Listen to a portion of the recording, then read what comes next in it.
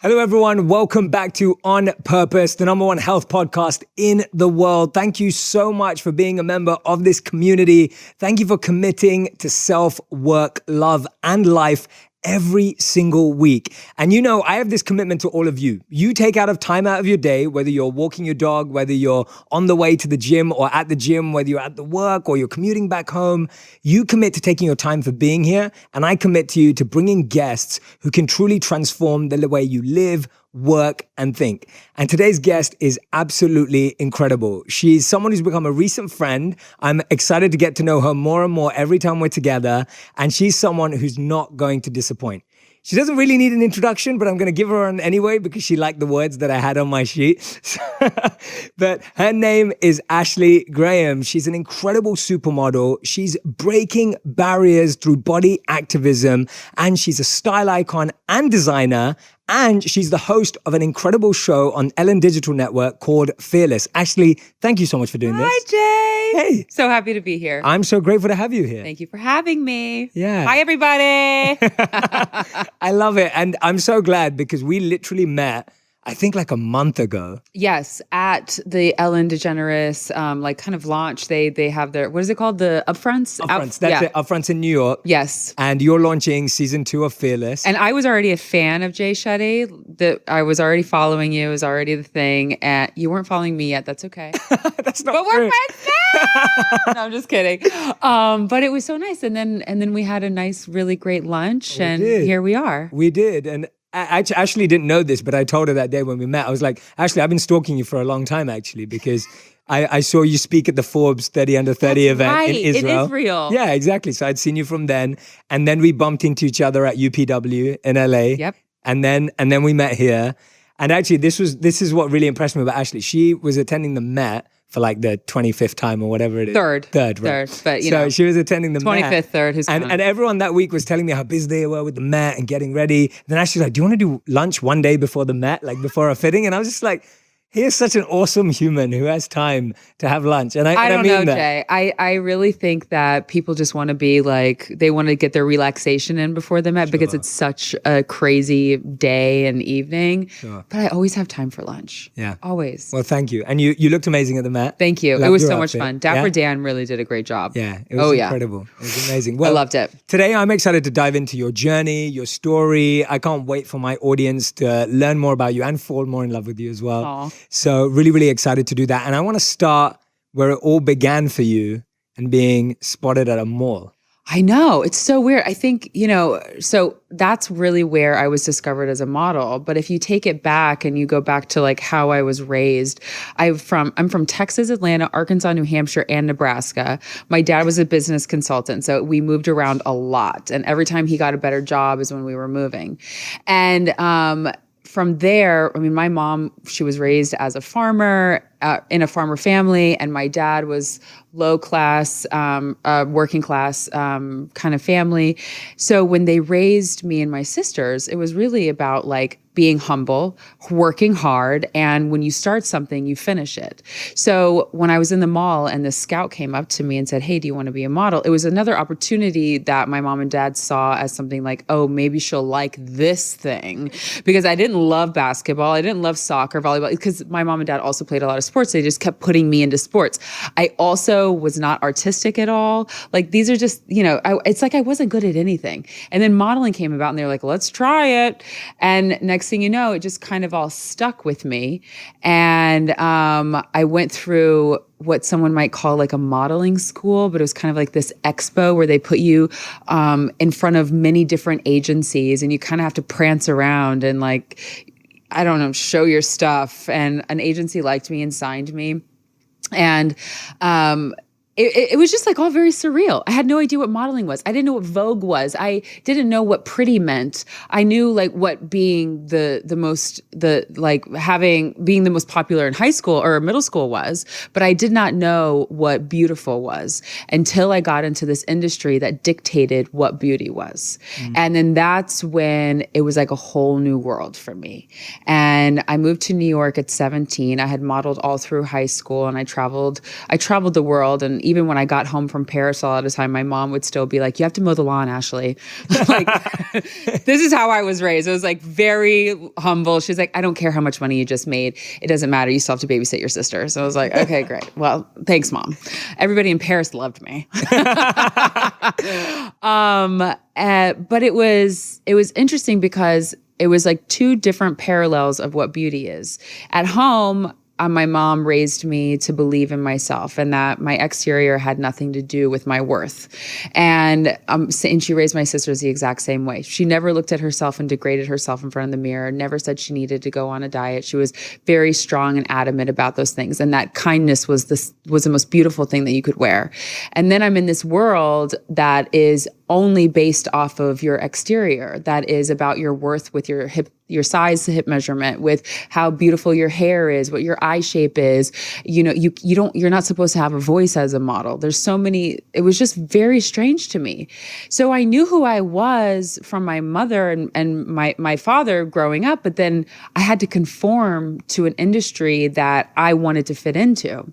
And, the reason I think I wanted to fit into it, because it was a whole new world. It was like tasting a new piece of candy. It was, people offered, obscene amounts of money. They offered you to feel like you were in. They offered you the opportunity to be cool. And those are things that I had never felt afforded. And now it's like, oh, do I want those things? What do I have to do to get in? And you start to see yourself kind of make changes in your own belief system to fit into an idea or an ideal that was set that doesn't need to be. And that's exactly what happened. It was just kind of this like messy spiral downfall where I had to catch myself really quick before I fell into it. That's so powerful though, that you had this incredible upbringing. Like, Thank God I did. Yeah, like your relationship with your mother and just how she spoke to you about beauty and your family. And I think that that's so unique and rare today as well, because I know a lot of people who would actually say, because of the way I was raised, that's where a lot of my insecurities come from. I know, because as opposed to their strengths. I talk to a lot of moms and I always tell them, like, how are you speaking about yourself in front of your kids? Oh, wow. Because that's how your kid is going to actually think of themselves, because they know they're a product of you. Yes. Whether they're adopted or whether they are actually physically yours, there is no way that they're going to look at themselves any differently. And I've seen it in all spectrums with mothers that have never said anything bad to their parent or to their kid, but have talked very badly about themselves, and you see the product of the child. And, and I've met people who their parents have talked really poorly to them, and they're some of the most confident people. So, yeah, it can go either way. It really can. It can go either way. But how did you, tell me this, because I think you're someone who at such a young age went through so many huge transformations, so many huge transitions, right? It can't be easy being spotted, traveling all over the world, making all this money, being signed, all of this at such a young age, being brought into this huge industry which already has expectations. How did you start watching yourself catch yourself? Like, how were you able to notice when things were going too far? Because I think a lot of people miss that when they start working for a new company and they start fitting in, or they join a particular business school or university and they start fitting in, or whatever it may be. For you, you did it in the most extreme sense. So I'd love to know. Of course. So just being thrown into an industry that, like you said, it's the money, it's the travel, it's the experience. And then it's also about staying in that kind of like it mode. Yes. And the thing about being a curvy model is that at that time, you only were in basically one category, and that was catalog. So I didn't have to be like an it girl on the runway that had to like keep my hair in like a buzz cut and like platinum and then like have it long for next season just to like feel different. Like I just had to make sure that I was doing all the things that the industry expected of me. And whether that was talking how they talk, or losing the weight that they wanted me to lose, or dressing the way, or whatever it was. But the thing is, because I was raised in a very Christian upbringing, and because I was raised with such understanding of my worth in except for I wish my mom and dad would have talked to me about sex a lot more. I really do. Because I knew who I was, thank God I could stand up for myself. But because I didn't understand sex and what it was to have worthiness over myself, that's where my downfall was, because I didn't have a great relationship with my father. And in trying to fit in to this fashion world and not knowing who I was, and people telling me, oh, you're not good enough. Oh, you need to lose weight. Oh, your hair is, or your eyes, or whatever it was, your hip measurement. It was like, oh, then I needed to go find my worth. And then I would go find my worth in food. I would find my worth in men. I would find my worth in gossip. And that's when I really realized at 18 years old that I was on this spiraling downfall of hating who I was. I was working. I was making great money. But when you're working and making great money, but you feel really crappy about yourself, there's nothing that will bring you joy at all. So I called my mom and I was like, Mom, I'm not doing this anymore. I don't want to be a model. I want to leave New York City. This is just something that has gotten to me. And she told me, and I swear to God, my mother is so prophetic. She said, Ashley, your body is going to change someone's life and you have to finish what you started. And I was like, I have no idea what you're saying, lady, but I'm going to listen because we're supposed to listen to our mommies and daddies. And she said, I'm going to come up to New York and I'm going to spend some time with you, because I was really just going through a hard time. And she told me, she's like, okay, you have to start going back to church. I was like, what? I don't want to go to church, Mom. But when you're raised in that atmosphere and then your mom is like, okay, this was her rule. Like I only had to go to 5 churches and one time and just to feel it out. And the first church I walked into, I saw 3 people that I had known from my church in Texas that I had gone to. And it was like this, it was like a sign. It was like, wow, I see family in this church. So I started going to this church and I finally found like a community. And it was like outside of the modeling industry. It's like I had my whole life wrapped up into these people who didn't know me, who didn't want me because I wasn't fitting into an ideal. So then I started making friends outside of it all. And it's like I went back to my roots. I went back to who am I? And thank God I did, because it took me out of that nasty feeling of not feeling worthy. I stopped having sex. I was completely celibate after that. I started actually doing affirmations, and it was something that my mom talked to me about when I had no idea what they were. But she said, because we are Christian and we really believe that words have power. And I know that this is like many people that believe this, but it's like one of the biggest lessons in the Bible. And so she broke it down for me and she was like, if you keep calling yourself ugly and fat and not worthy and all these things, then that's exactly what you're going to be. Yes. So she said, change your words. And that's what I had to do. And it really helped me as well. And it was the words that I made for myself were, I am bold, I am brilliant, I am beautiful, I am worthy of all, I love you. And I love you was the hardest one of them all. And it wasn't like I just said these things and overnight it like bada bing, bada boom, like, oh, I'm a Miss Confidence. Yeah. It was inner work. It was outer work. It was dedication to knowing that I could change the trajectory of my future by having these words be my truth. And having these words be my truth has now enabled me to tell my full story and have other people's stories come out and talk to them about what affirmations are and how your words are really killing you. So thank God for Mom. Yes. She really pulled me out of the lot. Yeah. It was really great. That's beautiful. What an incredible relationship to have. That's awesome. And I thank you for sharing so openly as well, because I think so many of us start to validate ourselves through a partner, right? Through men or women, through food. We start to validate ourselves through all these different ways, and we don't even know we're doing it. And so to hear you say, I'm sure a lot of people listening and watching right now are going to be like, God, I've done that too. Yeah. And I was sharing just literally, you've hit it for me 2 weeks ago when I was doing Red Table Talk with Jada. I talked about that, how I would find my validation in how I treated women.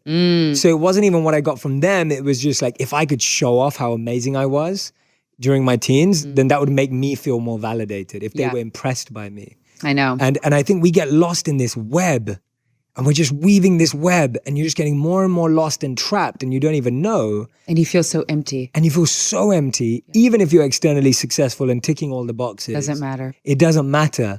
And the fact that you broke through it, because I do feel that, and I said this to you when we met, you've literally shifted an industry. Like you have changed the industry from the way I view it, and from the way I experience it, and from the way so many other people experience it now. And Thank you. And I mean that. And the fact that you've been able to go from a place where actually all of these things were forced upon you to you now having a really powerful voice, right? Being able to share all these messages around it. I think that that's the transformation I'd love for you to walk us through. Yeah. Because I think that's the story of everyone.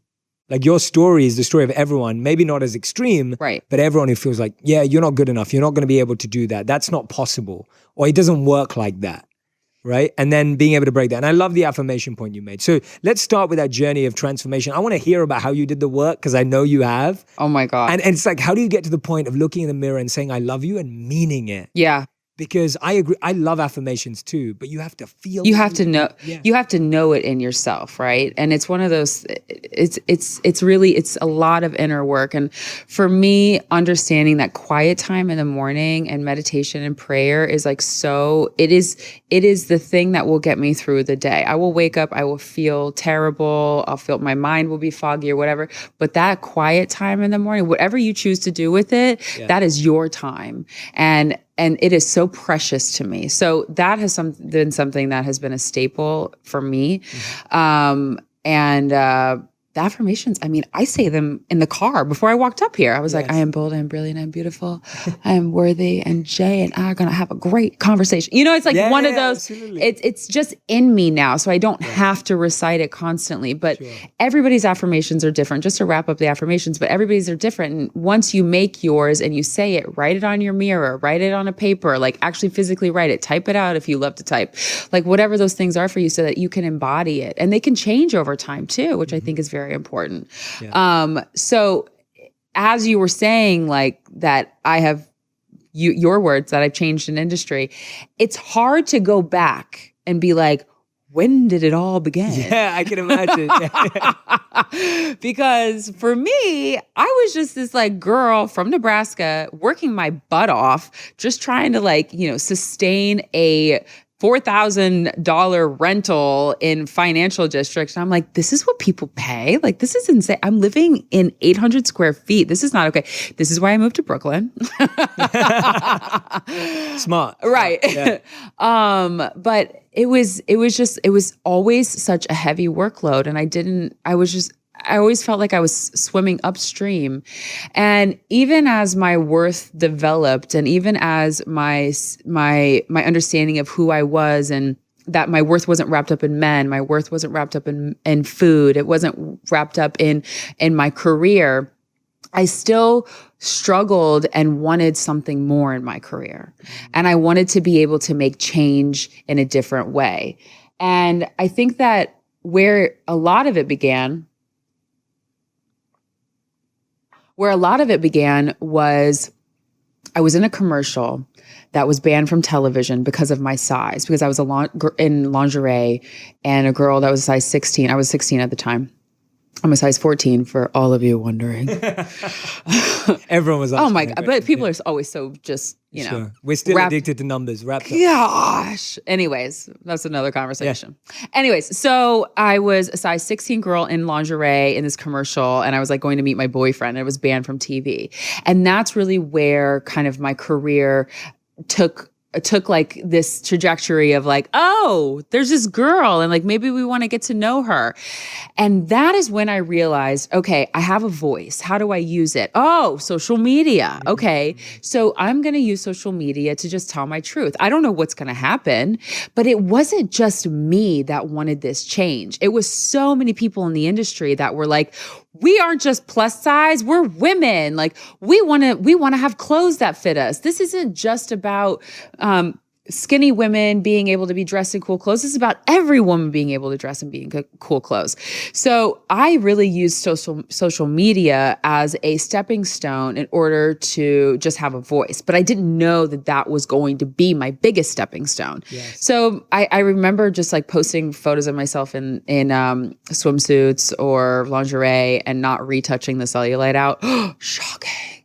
And getting all kinds of women just saying like, how brave of you, or how courageous that you would actually do something like that. I would never, or like, thank you for giving me the confidence to be able to do that. And I thought, okay, well, this is good. This is a thing. This is real. Yeah, people care. Exactly. And then I realized that there was a hole in the market for lingerie, and that people were looking at me as a lingerie girl. They didn't know my name, but they knew that I was a lingerie girl because of this commercial that was banned. So I was like, well, great. I'm going to make lingerie for all of you then. Wow. And because I could take a step back and look at where there was holes and where I could fill it at the time, because at the time I was 23 years old, because I started also lingerie line because I had been in the same position on the couch when my husband left for the house in the morning, and he came back that same night, and I was like literally just still watching Real Housewives. And he's like, is this what you want with your life? Yeah. And I was like, what do you mean? He said, do you really just want to be stuck in this kind of career, in this job, and doing this same thing? And I thought, I don't want that. What can I do? And that's when I went and took a step back and made a vision board about who I want to be, what do I want? And that's when the idea of the lingerie line came around. And it's funny because people who have changed industries and people who have made such impacts in the world, I don't know that they've actually set out to do it. I think it just happens. And I've just taken every little gap that I've seen in my industry, and I've tried to fill it. Because if I'm filling it with my voice, then I know that I'm filling it with a voice that is like so many other people who just want to be included, who want to have inclusivity, who don't want to be called different because we are the norm. And it's just a conversation that I've had to keep having, but it's incredible the strides that have happened along with it. Absolutely. For everyone who's listening and watching right now, Ashley is gracefully sharing a story, and she didn't even point this out, but it's like you literally took your commercial getting banned from being on TV and turned that into something incredible, which I love. Thank you. Because it's so easy for any of us to hit any roadblock, hit any barrier, hit a rejection, hit a no. For most of us, like if our book doesn't get picked up, or if your TV commercial gets banned, or if your movie never made it out of script, or whatever it is, or it didn't make it out of a pilot phase, a lot of us would be like, oh my God, my life's falling apart. Like I'm not going to make it, or I didn't get into the college I wanted, or I didn't get the promotion I wanted. But you went and took that same thing, and that actually led to the birth of your lingerie line. Yes. And which is just phenomenal. Like I love that. It's just an example of how any situation can be the biggest blessing in the world. Yeah. Right? I think of no's as maybes, and I turn my maybes into yeses. Right. And I know that not just one person is going to give me an answer. So there wasn't a door that I didn't knock on. Yeah. And I thank my parents all the time for instilling that hardworking ethic in me, because it doesn't matter what you're doing in your career. You understand this. I understand this. You have to work your butt off. And you have to work your butt off even harder when you get to the top, because then you want to stay there. Yep. Absolutely, 100%. So you think you're working hard now? Yeah. It's true. So I don't know. I just think that was a very pivotal moment, and then it all just kind of started spiraling into these great opportunities, and also just being able. I did a TED Talk, which was like also very scary for me.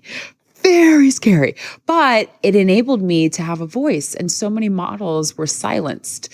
We were just told that, you're a pretty face, be quiet. And it's crazy. It is crazy. It blows my mind. I know, because we're people. Like we have many opinions. We have many things that we're passionate about. And we want to change the world. And I actually, in my book, I wrote a chapter about when models talk. And it's interesting because I had started this group called called Alda, and it was me and 4 other curvy girls who had been switching agencies, and we did it together because we knew if we went to a really big agency that did not have any curve models, we could really change the industry. Wow. And we made these business proposals, and we talked about how much money we each made and how much money that the whole curve industry is making and what the trajectory of the industry is.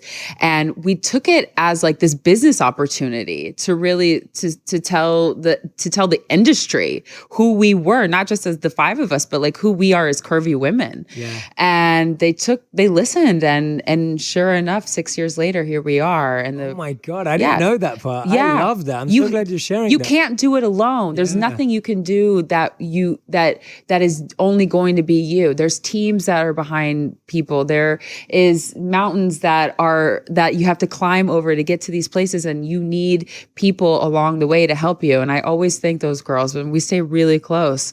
But yeah. Yeah, no, I love that you brought up that point. I was sharing the other day that I feel like so many of us, when you're starting in a space, you look at everyone else as your competitor. Right. And you're like, okay, who's winning in this space? What's my competitor analysis? Yes. Right, like, oh, she's number 1, I'm number 10, or whatever it is. Yes. So actually, what you've just shown is this beautiful example of collaboration, right? Collaborators and seeing everyone. And I remember when I first started making content, for me, it was the same. I was looking at every content creator as someone I could potentially collaborate with. Mm-hmm. And I would literally write to everyone and just be like, hey, I really believe that we need to share these messages. Why can't we support and share with each other? Mm-hmm. And a few years later, I've seen the growth of all these incredible other platforms. Mm-hmm. And we all work together in the same way. So I love hearing that because I think so often we feel alone and we choose a lonely path when we don't need to. Mm-hmm. Right? Mm-hmm. No, it's so true. And especially in the fashion industry, everything is a competition. Yes. And it's about the Instagram followers, who's got covers, who's in the campaigns, who's on the runways.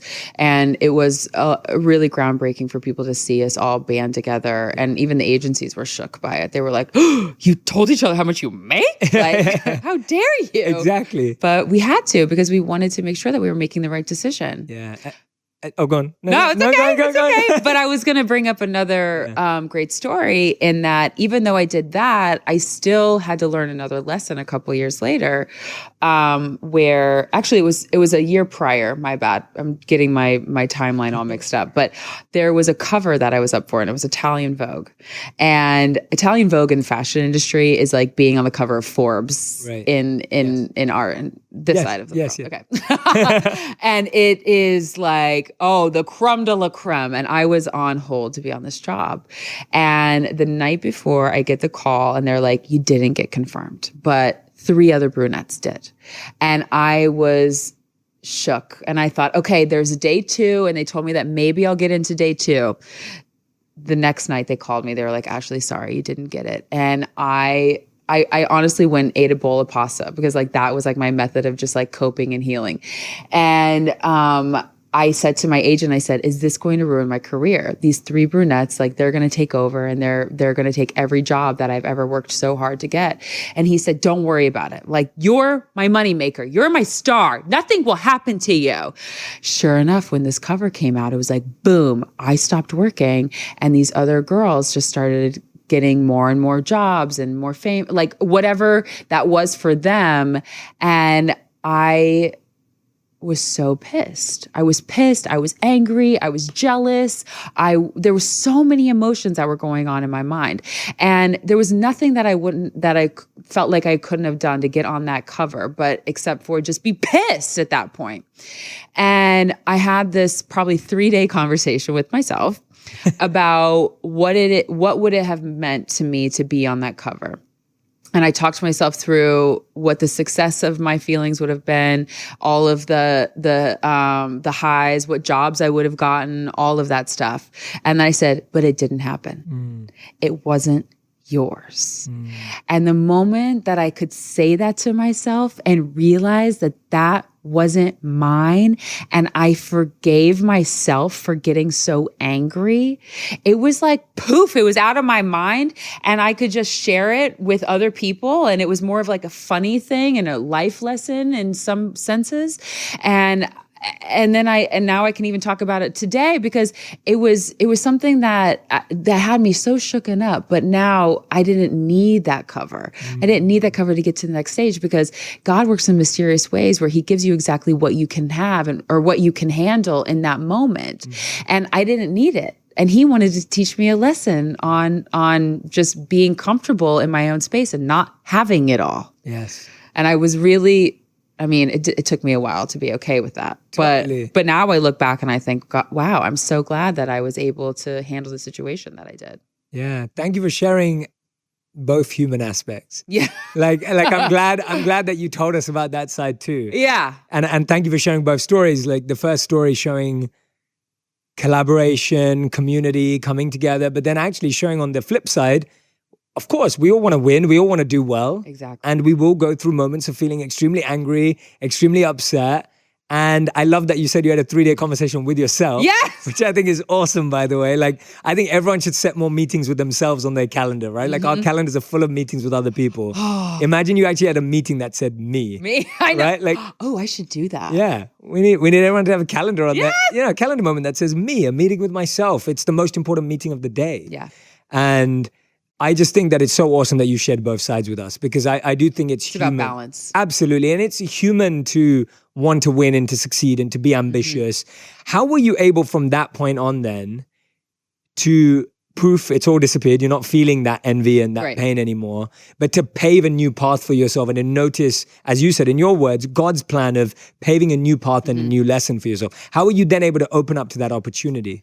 Well, I think then I just had tunnel vision and that I didn't have competition. It was just everything was about what am I doing and what do I want to see? And it's been really great to be able to work with people. My team is incredible, and be able to come to them and say, okay, this is what I see that needs to happen in my career, but this is also what I see that needs to happen in the fashion industry. And how can we fill the void and how can we fix things and change things? And it's been really great to be able to work with designers like Prabal Gurran and Christian Siriano and Michael Kors and just be able to have natural conversations about like what's really happening in the industry, but then also to have the confidence in myself to be able to do those things. And I think now is the time people want that change, and the body positive, the body inclusivity conversation has just blown up. Yes. And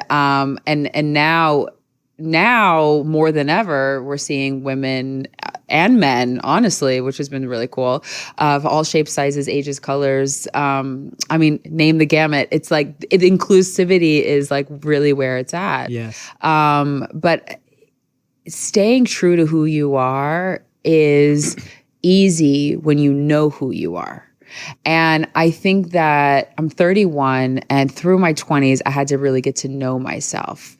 And I had a lot of like what felt like maybe carpal tunnel because I was just writing a lot about journaling, about who I wanted to be, what my goals were and all these different things. And when I look back at those journals, I laugh because I feel like I was so immature. Like I really like wanted such little things. Oh, so bad. Yeah. Like I really like I look and I think, wow, I was so close-minded, but I'm so glad that I have that proof to myself how much I've grown. And it's nice to look at the fashion industry and say like, wow, things are really moving, and then be able to look back at the journals and be like, wow, it's just incredible to see like the maturity of like everything all at once. I think that just really knowing who you are and getting to know yourself is really key in whatever industry that you're in and whatever mountain you're trying to move. Yeah, absolutely. So well said. So well said. And I think one of the things that you're really raising that's important to me here is this principle of we think we have the grandest and biggest plans for ourselves. And then the universe, God, whatever you want to call it, comes and gives you something way bigger. Way bigger. And you just had to stay on that path. And every delay really has a blessing. Yep. But you've just got to be able to wait and be patient and consistently keep pushing and working.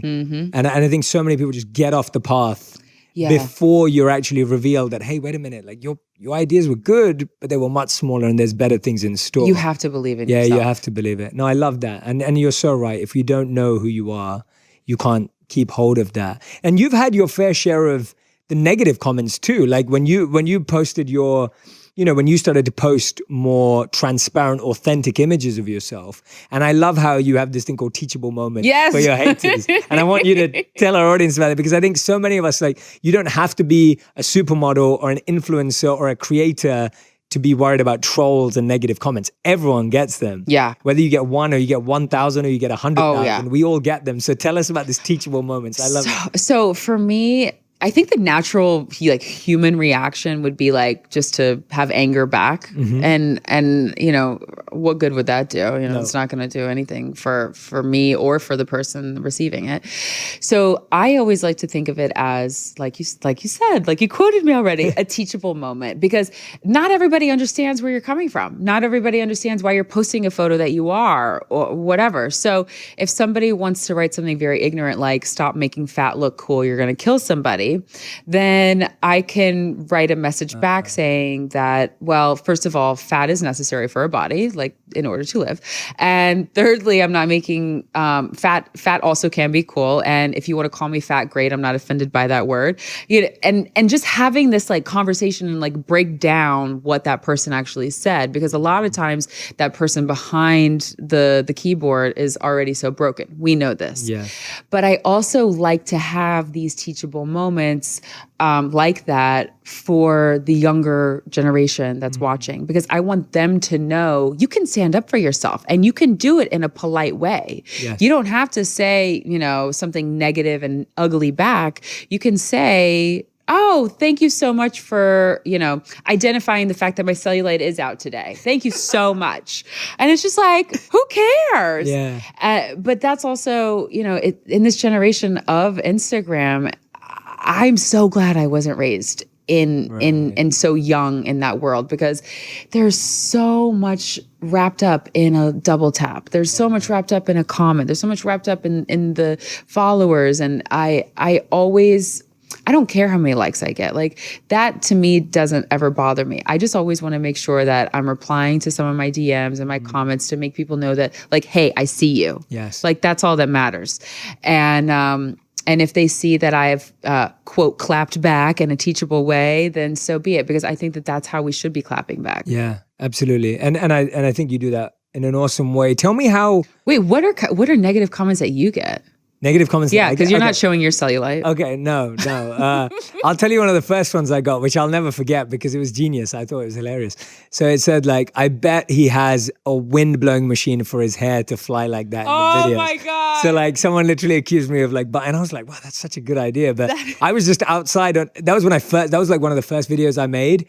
I didn't have a team. It was one guy with his camera and me. It was a super windy day in London. Oh. And I'm sitting on this rooftop and literally my hair's flying. The sound was really good, right? The sound was really good. I saw that interview. Yeah.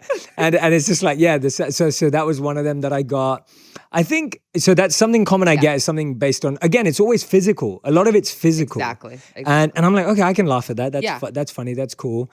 And then often I'll get things like, oh, well, it's easy to say. And then again, that's a teachable moment too. And I'm like, yes, I know it's easy to say. I get it that you're really going through it. But this is at least opening the conversation. Like, how much can I share with you in a 3 to 4 minute video? Exactly. I'm trying my best here. And that's why this podcast, conversations like this, are beautiful opportunities where we're really diving into so many of these themes in depth. Yes. With someone like yourself who's going through it in an extreme way. Yes. And so for me, the 3 to 4 minute videos have been windows for people to come into a bigger, deeper conversation. And so I'm open about the fact that I can't answer everyone's problems in 4 minutes. And I'm not trying to either. Right. I'm just trying to start a conversation. And that's what my videos were about. It's how do we start a conversation about these themes? I believed, when I started making content, I believed that people are having these conversations offline in their personal circles or on their own, but no one was having them online. Right. And so I was like, how can we urge and encourage more people to feel comfortable and confident to have them? Yeah. So yeah, I get those. So hey haters. Hey haters, yeah, hey haters. Teachable moments, I love it. But one of the things I really want to ask you this, and this is something I ask a lot of people whose industry or career is based on an external accolade or award. In your case, for example, getting a magazine cover, like you said, Italian Vogue. Getting a magazine cover is a big deal, right? For a model, it's huge. I mean, that's kind of proving like progress in one sense. How have you stayed in love with the process and motivated every day rather than waiting for that release of a cover to validate how you feel about your career and yourself. Because I think everyone today has this, balance between like process and result. Mm-hmm. And I'm asking that to a lot of people at the moment. I just think yours would be an incredible answer to have because your career is based around an external validation in one sense. Mm-hmm, mm-hmm. So the question is about like, how do I, oh wait, what were you going to say? Yeah, no, I can explain it but you can repeat it. No, but it's about like the process of getting to that cover and like, then getting it or not. When I meet you, and of course, I'm meeting you at a time when you have made shifts, you are very successful, etc. But still, I see you as someone who's happy. Mm-hmm. I see you as someone who's content. I see you as someone who's excited and bubbly. And, I see all these good qualities in you. And I'm guessing that you don't live for the cover. I'm guessing that you love life every day. Right. I'm assuming that. Right. And if that's true, then it's like, how have you fallen in love with the process of getting to the cover and not living for the cover? I see. Does that make sense? 100%. 100%. So if you for me, I can't wrap myself up of my worth in my work. Mm-hmm. Because if you wrap yourself up in your worth of anything, you're going to completely fail at it. Mm-hmm. And that's like wrapping yourself up in a relationship or, literally anything. So I have made this conscious decision to be 100% comfortable and confident in who I am as Ashley and not have the world tell me who I am, but know who I am because of how I know God made me, because I know what comes out of my mouth, because I know what I look at, because I know what I do on a daily basis, what the tangible things that I am able to do. And there are so many covers that have not come. There are so many jobs that I wish have and would and will that have not. But I'm not wrapped up in that because I know what I'm doing is making a change in the world that I'm living in today.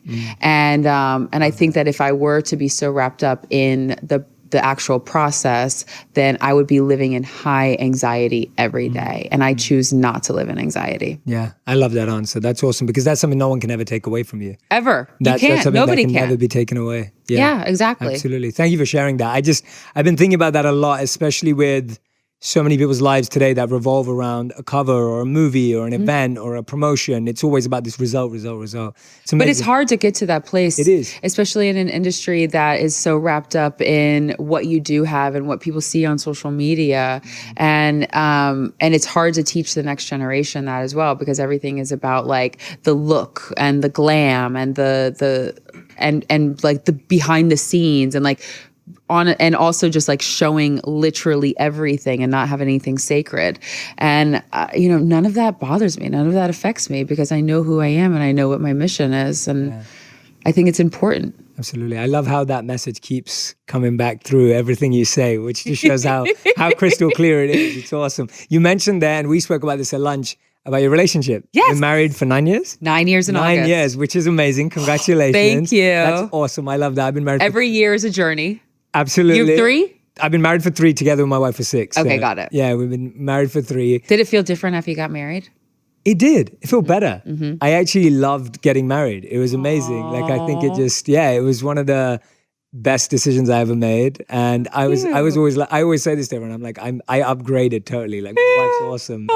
And that's a good feeling too. Like, you did better than you could have. She's beautiful. I can't wait to meet her. She's awesome. She's just great energy. She's lovely to be around, and she's just a wonderful soul. So, and I can't wait to meet your husband too. Yeah, we'll do double date. But I was going to ask this because my audience loves relationship advice, loves learning about love, loves learning about understanding yourself in a relationship with another partner. Yeah. I'd love to hear some of the most incredible lessons you've learned in your 9 years of marriage. Yes. From your partner and from that partnership.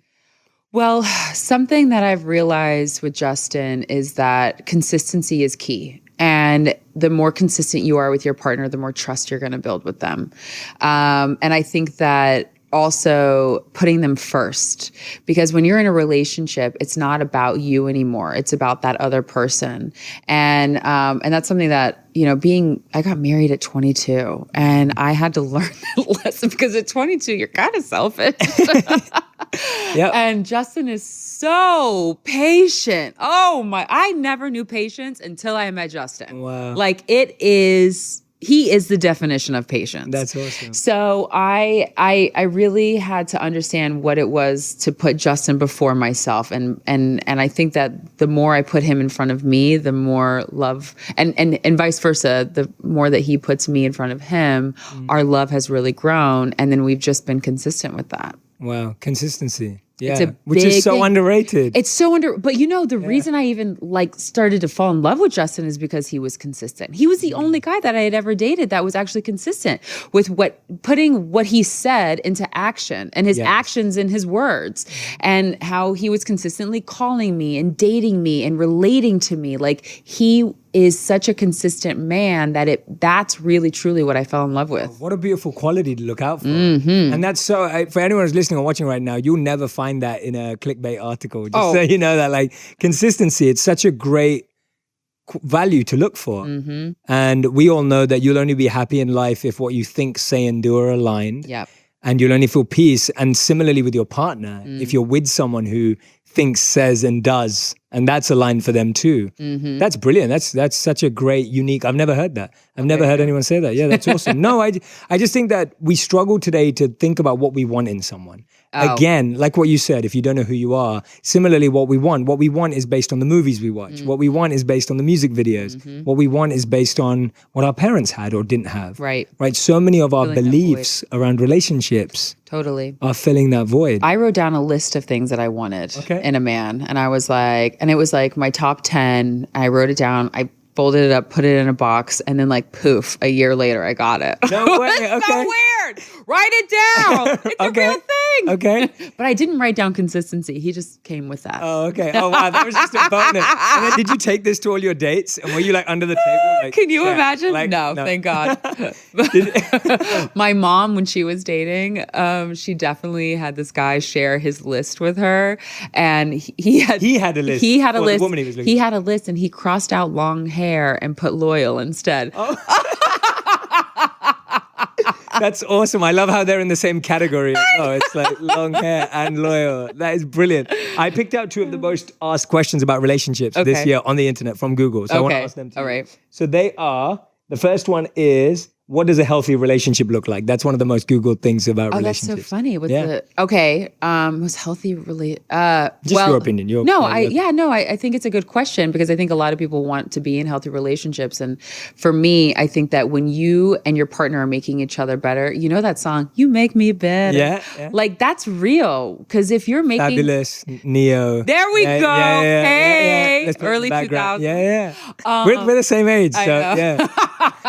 But I think that when you're making each other better, and you can put each other first, and then at the end of it, you can both adore each other, like, that to me is a perfect relationship, because you've, in a sense, got it all. Yeah. I love that. Great answer. And we'll play that song some more as well. Yes, you make me better. Yeah. And you got to grind a little bit, like, grind on your partner. Wait, I'm just thinking of Fabulous and Neo grinding each other. No. I mean, you never know. Maybe, yeah. Sorry, Fabulous and Neo. I don't know either of you, but not putting that on you. The second most Googled question was, how can you build trust in a relationship? Consistency. Okay, yeah. Oh my gosh. I mean, I think trust in a relationship is something that that is built over time, but that, you talked about how, like, your actions, your words, and what was the other thing? Your thoughts all have to line up. But what I've always understood is that if your actions will always speak louder than your words.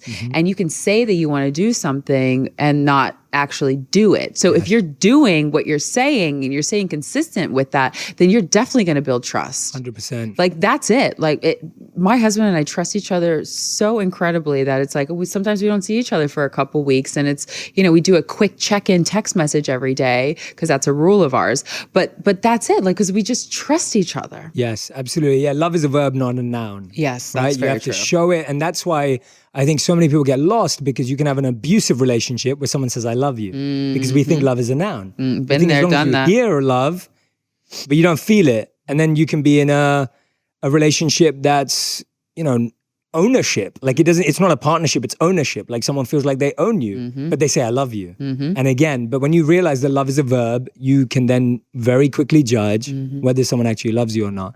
And love is a verb, y'all. yes, love is a verb, not a noun. It's so easy to get lost in just hearing the right stuff. And if we've never heard it before, it sounds intoxicating, right? It's amazing. It's such a wonderful feeling to hear that you're loved, even if you're not feeling it. And I love that way that you're talking about how actions are louder than words ultimately as well. That's the same point being made there. I love that. And then the third question I had about that was, what's the best relationship advice you've ever received and who was it from? I know you probably say your mom. So no, it's not this time. Okay. No, I mean, sadly, my mom and dad's relationship only lasted 26 years. And I think she learned a lot. Wow. I learned a lot from her divorce as well. But my grandmother actually told me when I got married, she goes, Ashley, choose your battles. Not everything has to be a fight, and not everything should be a fight. So if you feel that this is a disagreement, don't make it into a battle. Just handle it right then and there. Yeah. And that's what I choose to do now. Justin and I don't even fight. It's like, and if we do, we're just like, this is what I think. No, this is what I think. Well, are we going to choose to disagree, or are we going to actually get down to the nitty gritty of it? Okay, great, done. And we don't go to bed mad at each other. Yes. Have you ever gone to bed mad at your wife? No. That's one of our rules too. Yes, it is like the biggest mistake of your life if you do, because you sleep terribly. You wake up in the morning, you're just like pissed off at everything. And then you have to, it takes all day to fix it because you've slept on it all night. Don't go to bed mad at each other, people. Yeah, no, it's great advice. It really and I love that you said this. Rules. Like you said, one of our rules is when we're away from each other, we message each other. Yeah, we have a few rules. I'd love to hear them. Yes. Yeah, please share. There's that. We have to check in at least once a day. Yes. We don't go longer than 2 weeks without seeing each other. Amazing. Because that's like, for us, it's like the breaking point. Yeah. And we always respect each other, even in a fight. If there's a fight that breaks out, it doesn't matter. We have to respect each other. I love that. Yeah. Don't feel like you have to hurry up. It's fine. No. I'm just watching the time. I need to be careful. You're like, yeah. But no, I think that's an awesome answer. I love rules. I think rules are really, really important. And people feel rules ruin spontaneity, but actually it doesn't. No, it doesn't. Yeah, you can stop spontaneous sex. Yeah. We're not talking about that. Like, just make rules and regulations within like the time that you spend together or how you treat each other. How you communicate, how often you communicate. Exactly. Just set standards, right? Setting standards so that no one's let down. And I think a lot of us, we think that spontaneity and dynamism is lost with rules, but actually rules just enhance that. It gives you more opportunity to have those. And I've definitely seen that in so many relationships that don't have rules, that actually just start losing standards, and then people end up settling or lowering their standards, and then it's lost. Yeah, don't lower your standards. Yeah, don't lower your standards. It's not worth it. No, definitely. It's so easy to settle in relationships. It is. It's really, really easy. Been there, done that. Yeah. And we lower our standards when we're lonely as well. Yes. Like I see that a lot today, that I see friends who see all their friends are in a relationship, and then you want a relationship because your friends are in one. And so loneliness becomes your metric of why you want someone in your life. Then you're just like a serial dater. Yeah. Or serial sleeper around her. Exactly. And what you said about arguments is so important. There's this incredible study by John Gottman. And John Gottman and his wife, I don't know how long they've been married, but they're very, very, very old. And I literally got to see them at a conference we were speaking at, and I fangirled over them because I love their research. And they're both so adorable together. But their research from the Gottman Institute talks about how the number one skill that keeps relationships together is not date nights, it's not cruises, it's not holidays, it's knowing how to fight. Oh, wow. Like that's the number one skill that keeps a relationship together long term. So what you just said there, it's like knowing how to fight. And I know we talk a lot about the love languages, but something I've been playing around with a lot recently is the 5 fight languages. Like what are they? What are the 5 fight languages? So we all fight differently. Like, so there are some of us in a fight situation who go quiet, and we just need to retreat, and we need to hide away, and we need to process our thoughts. Then there's another language where it's like, I need to talk this out right now. Like, this is it. Like, we need to have this conversation. Which one are you out of those two so far? Or you're not? I'm like both. Okay, you're both. Really Fine. depending okay, on what both. It is. And then a third fight language is the language of I need to consult someone. Oh, so people are like, I don't like to bring other people into my drama. Neither do I. No. But you hear it often where people are like, oh, I need to talk to this, or I need to talk to that. Another fight language is the language of instant blame. Like you just start blaming that person straight away. Like you don't want to take any responsibility for it. And of course Sounds very juvenile. Yes, very. But it happens. I know. I'm sure you've experienced it or seen it. Look, around. I've done it. I'm Yeah, not going to sit here and exactly. lie to you. Yeah. But like, geez. Yeah. Hearing you say it, that's like an actual trait, I'm like, I don't do that. Yeah. We wish we didn't. This is why I tell people, whenever you have an emotion, voice note it Right. and play it back to yourself. Isn't that and you good? realize how silly it sounds. If you're Right. complaining about your partner or an argument or anything, voice note, record it and play it back to yourself. Interesting. And you'll hear your voice, and then it'll sound like someone else is saying it to you, and you'll be like, oh. Because what we do is we take our emotions really seriously. Right. But when a friend's saying something, we're like, oh, come on, get over it. Right. And so when you hear your voice as if it's a friend sharing it with you, Uh-huh. you can kind of go.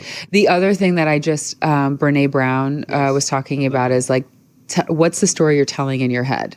And when you can say the story that you're telling in your head to your partner and vice versa, the stories never line up. Yes. So I was like, oh, I'm going to bring that into my relationship. Yeah. I just love that idea. Yeah, exactly. Yeah. Because so many people, they think so differently. Totally. And that's totally fine too. I think we're always told, find someone who thinks like you, find someone alike. Well, good luck. Yeah, exactly. How hard is that? Good luck gonna be? finding someone with the same love language too. Yeah, exactly. And you don't need to either. That's the problem, right? So, You don't. yeah, it's crazy. Okay, we've got time for a couple more questions. I wanted to talk about your partnership with Ellen. Yes. Because I'm about to embark on that journey. So need all your wisdom. Are you shooting soon? And experience. Yeah. Okay, soon. great. Yeah, So yeah. So exciting. very excited about it. But you've got season 2 of Fearless. Yes. Coming out. When's it coming out? Is that already? So we start shooting Fearless really soon. And it's just been so incredible because I've been able to go to some, like meet people from even cities that I'm from and just open up a whole new door that they never thought could ever be even cracked. And it's like we're giving opportunities to people who have felt like the underdogs, who have felt not even worthy to walk into their greatness or into the ability that they've dreamt of. And being able to work with Ellen and her team has been this like incredibly eye-opening experience that I've absolutely loved. And just seeing people's lives change right before your eyes is also just, You've got people in tears. Like, it's literally There's no like words. every It's episode. It's like, yeah, it's a sound. It's like, So it's been absolutely amazing. Yeah. Yeah, I've had so much fun. You're going to have great Yeah, it's been beautiful to watch too. I feel like the emotion that's captured in season 1 is just unbelievable. Yeah. Like you're seeing people literally like break down, having fall to their knees or just fall in people's arms. And Ricky, who transitioned, that was this like incredible moment. He had never met a trans person before in his life. And then there's Laverne Cox, and here we are, giving him money for his operations. And it's just like, boom, boom, boom. It's heartbreaking to see that these opportunities had never been afforded to him, but it's also just so incredible to see that we were able to give him the space to be himself. Yeah. So, and everybody's story is just so different. That was the one that I kept hearing come back though. Yeah. So I'm excited to shoot season 2. That's amazing. I want to go towards the end of our interview now, but I wanted to ask you a question about, you've seen and created so many shifts in the beauty industry. Mm-hmm. Which ones are you really happy about that have changed? And which ones are you still trying to change? Well, what I really want to see change is that we don't have to have this conversation anymore, that everything is the norm, that inclusivity, diversity is the norm. And I think that things are shifting in that direction. But, I've been doing this for 20 years and I've never seen something rapidly happen this quickly.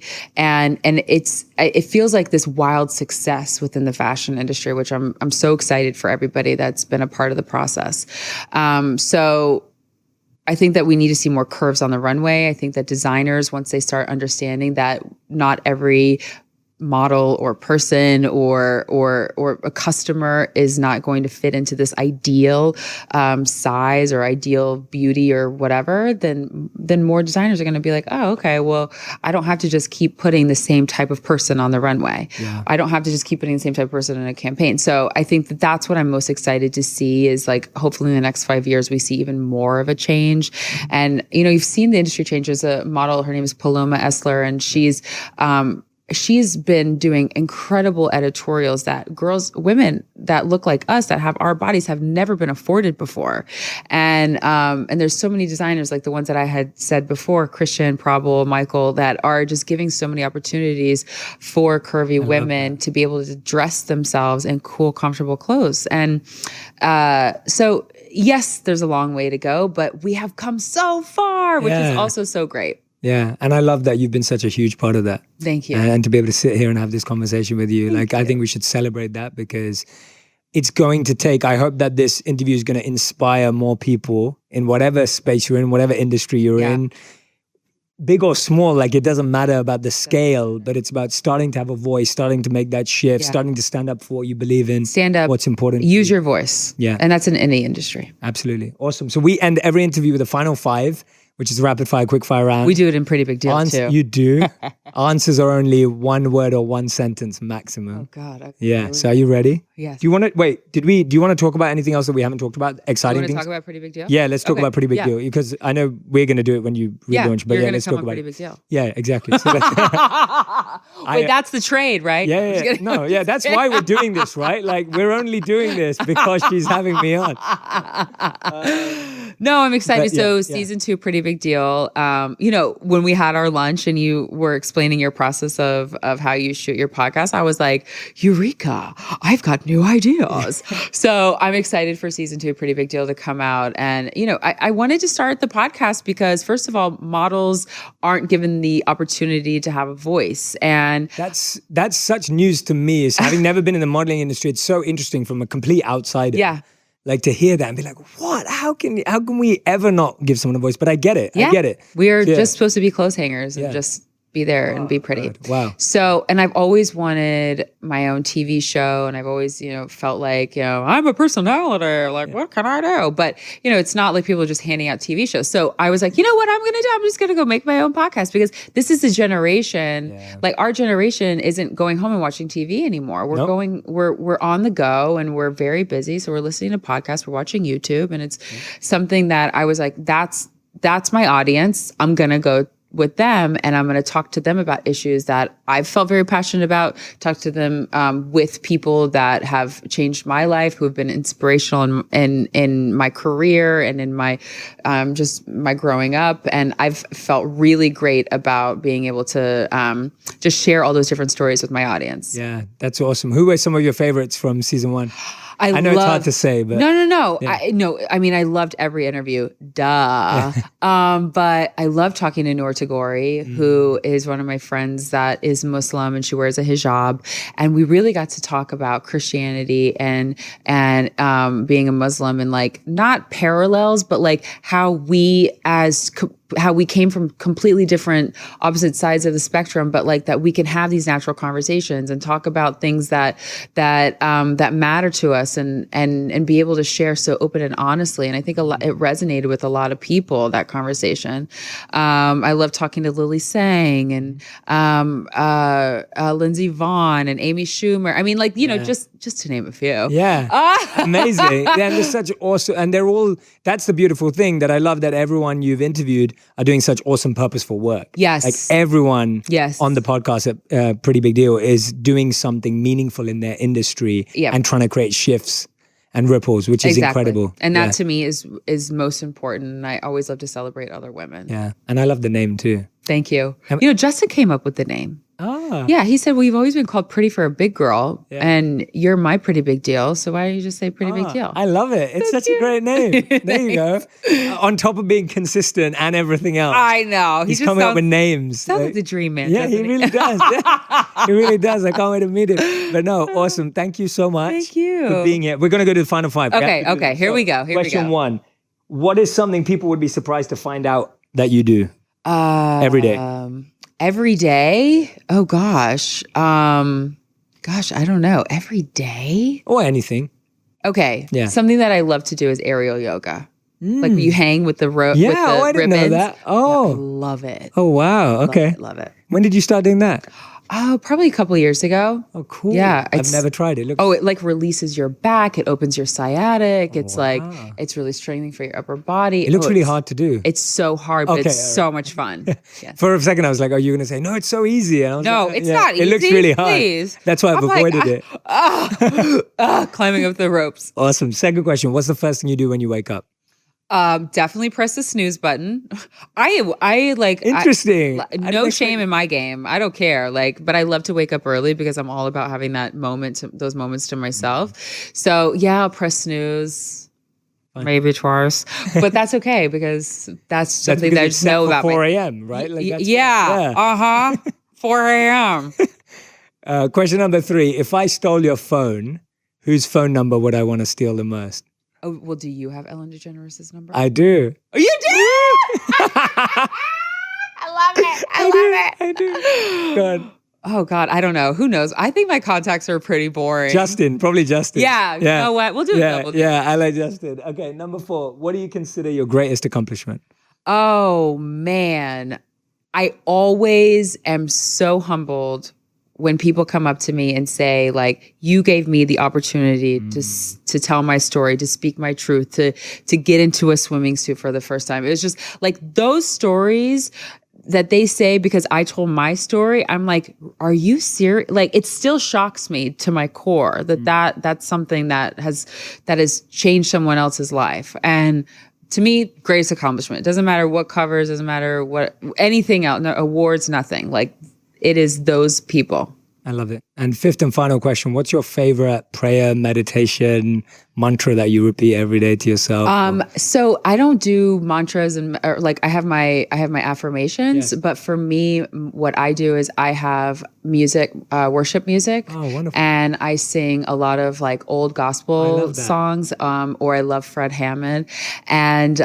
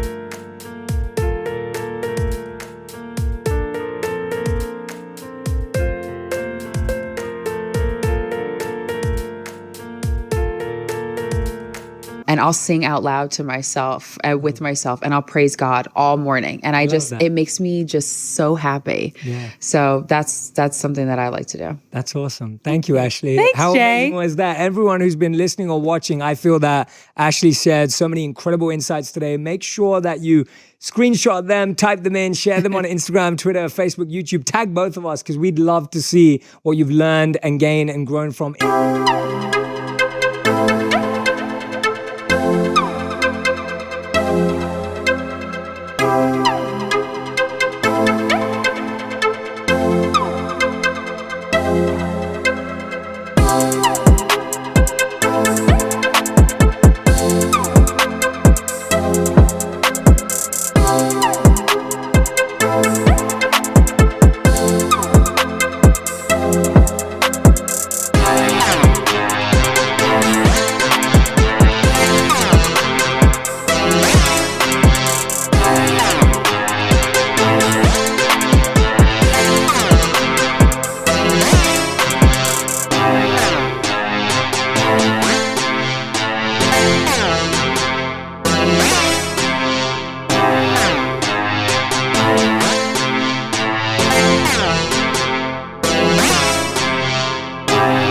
in this episode. There were countless messages that I was taking mental notes of. And I really, really hope that you find them as well. Make sure you go and follow Ashley across social media. It's Ashley Graham on absolutely every platform that you can possibly find. That's right. Make sure you look out for Fearless and season 2 of Pretty Big Deal as well.